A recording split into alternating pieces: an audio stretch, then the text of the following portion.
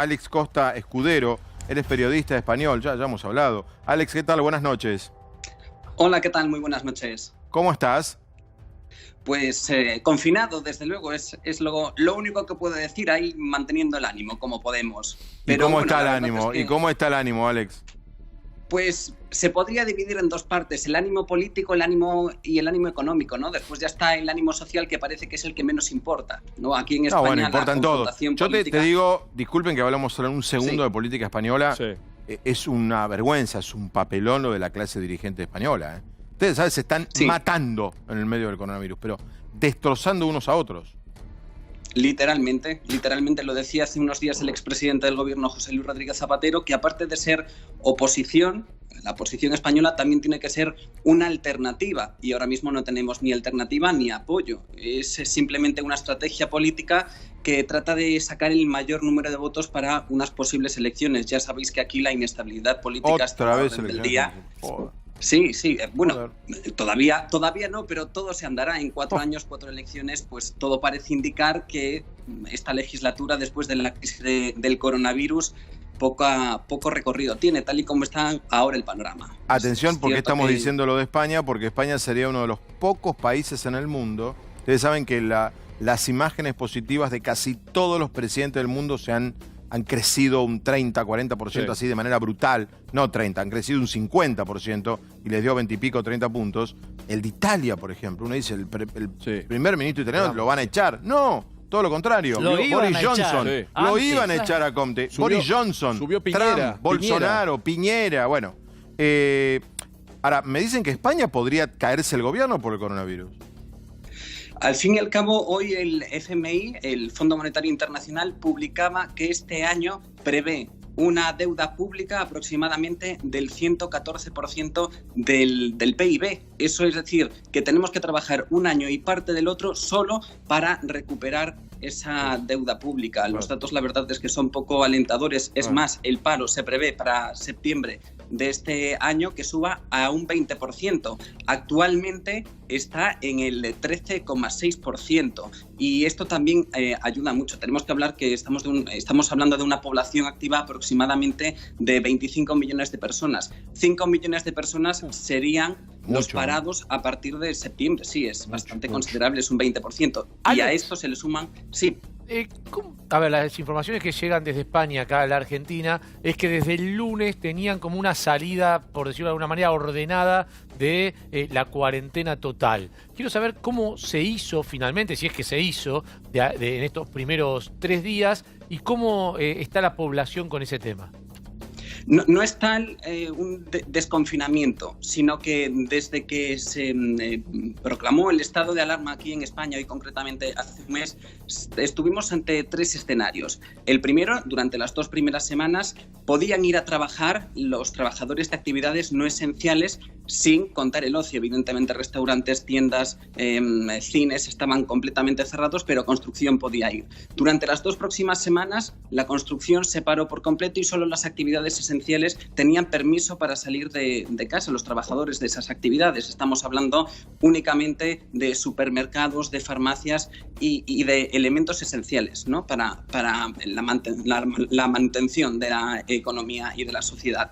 Y precisamente este lunes hemos vuelto al primer escenario, es decir, podemos volver a trabajar los que pertenecemos a actividades no esenciales, pero siempre se recomienda el teletrabajo, eso desde luego. Lo que está claro es que la sociedad todavía tiene que quedarse en casa, no podemos salir como tal a la calle.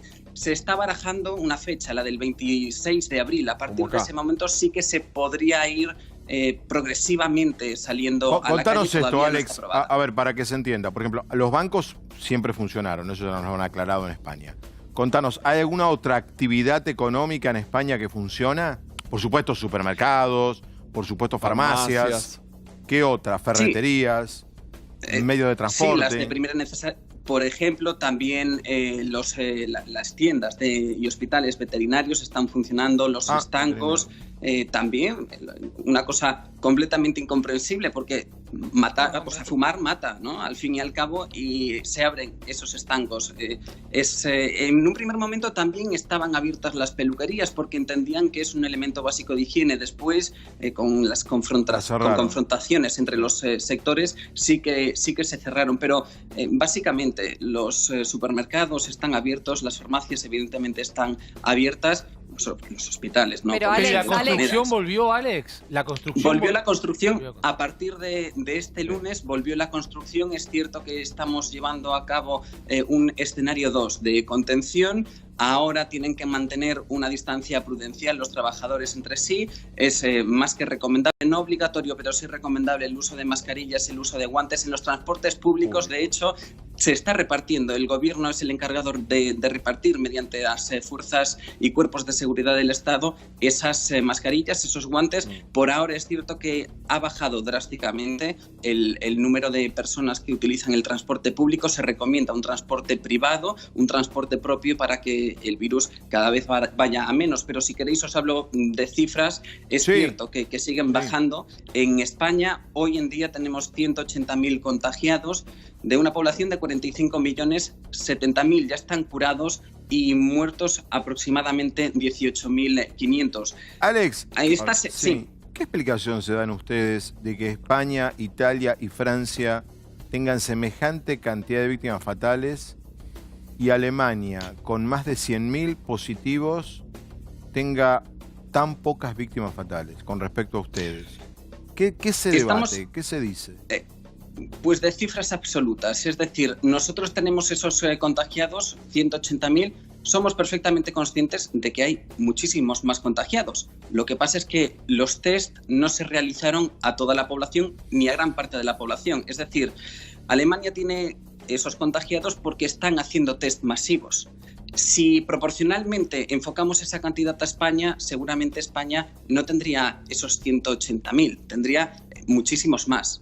Entonces, al fin y al cabo, es cierto que nosotros no hacemos tantos test como Alemania y es cierto que hemos actuado relativamente tarde, ¿no? Por ejemplo, la oposición no para de atacarnos, ¿no? Por la manifestación que se celebró el 8 de marzo o por los múltiples eventos, partidos de fútbol, incluso por ir a misa ese domingo. Sí que es cierto que se actuó tarde, pero siempre en consenso con los expertos. ¿Cuáles son las actividades? Porque para mirar, ¿no?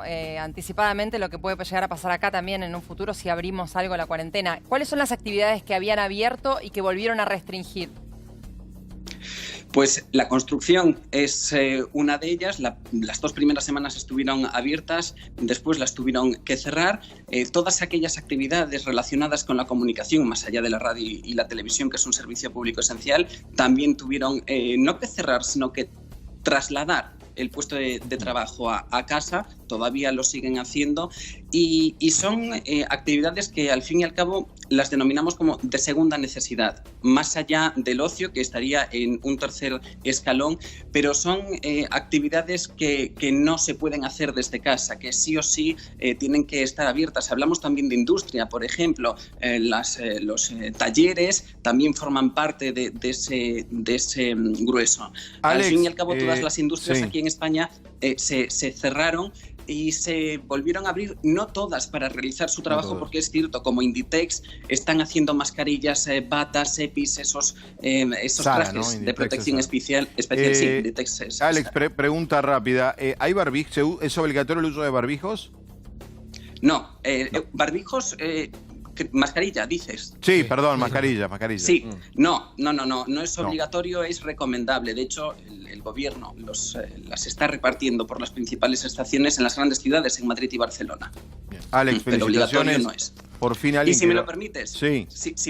Un segundo, como para ver una parte positiva de esta crisis, la contaminación en las 2 principales ciudades, en Madrid y en Barcelona, ha bajado considerablemente. En Madrid se sitúa un descenso del 65% del principal gas contaminante, que es el dióxido de nitrógeno, y también del dióxido de carbono. O sea que se ve el cielo limpio, se ve transparente, y como dato positivo, como único dato. Buscando uno. Alex, gracias, porque todo lo que preguntamos contestó todo, sabía todo. Sabe Alex, todo. un genio. Alex, te vamos a volver a llamar. Abrazo enorme. Bueno, de acuerdo, un abrazo, muchas gracias.